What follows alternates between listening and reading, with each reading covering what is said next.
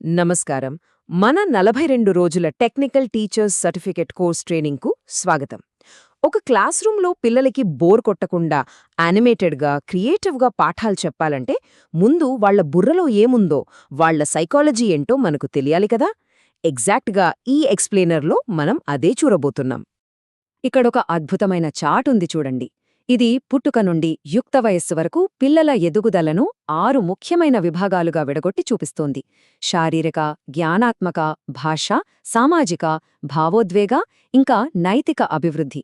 మనలో ప్రతి టీచర్కి ఇదొక పవర్ఫుల్ టూల్ అని చెప్పొచ్చు. సరే, ఈరోజు మన అజెండా ఏంటంటే 1. చైల్డ్ సైకాలజీ పునాది. 2. శారీరక, జ్ఞానాత్మక దశలు. 3. భాషా సామాజిక మైలురాళ్లు. 4. భావోద్వేగ, నైతిక అభివృద్ధి. 5. పిల్లలకి సరైన మార్గదర్శకత్వం. ముందుగా మొదటి సెక్షన్, శారీరక మరియు జ్ఞానాత్మక దశలు, పునాది వేయడం. పుట్టినప్పటి నుండి 2 ఏళ్ల వయస్సు వచ్చే వరకు పిల్లల్లో జరిగే ఫిజికల్ డెవలప్మెంట్ గురించి ఆలోచించండి.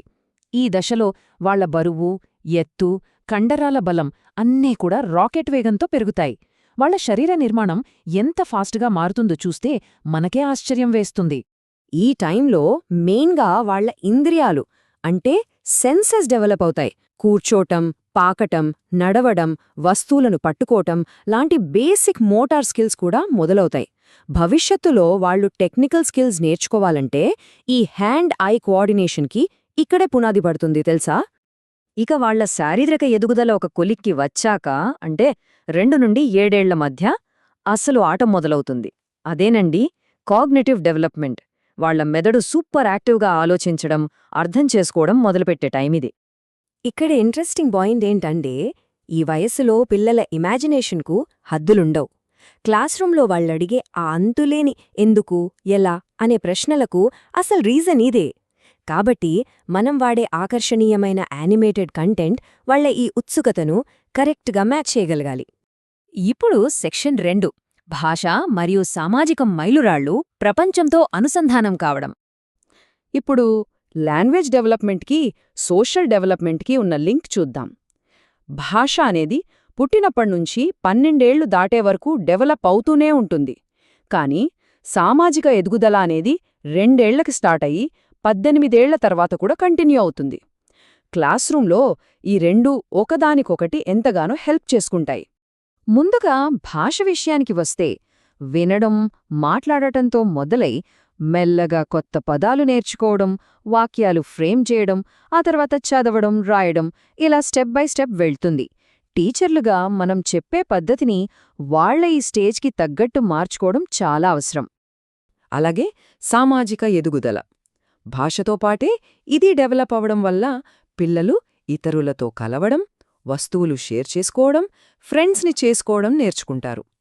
గ్రూప్ యాక్టివిటీస్ చెయ్యాలన్నా, క్లాస్ రూమ్ రూల్స్ పాటించాలన్నా వాళ్లకి ఈ సోషల్ స్కిల్స్ ఖచ్చితంగా ఉండితీరాలి.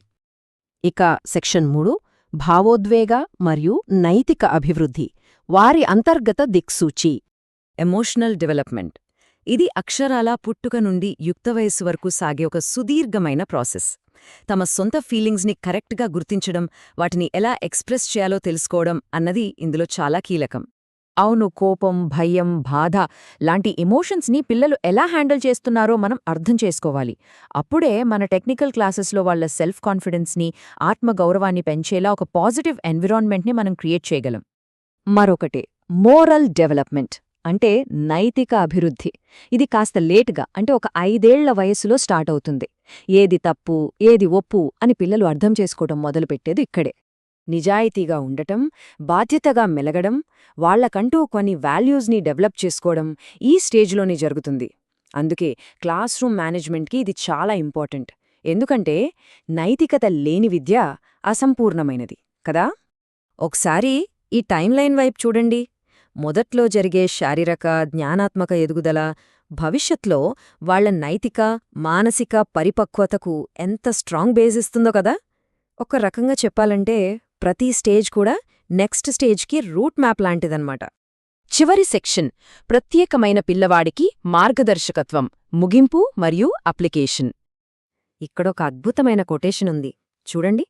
మనం ఇప్పటిదాకా చెప్పుకున్న ఈ దశలన్నీ జస్ట్ ఒక గైడ్లైన్ మాత్రమే. ప్రతి పిల్లాడు స్పెషలే. వాళ్ళ ఆరోగ్యకరమైన ఎదుగుదలకు అసలైన ఫౌండేషన్ టీచర్గా మనం వాళ్ళకిచ్చే ప్రేమ, సహనం, సరైన మార్గదర్శకత్వం మాత్రమే.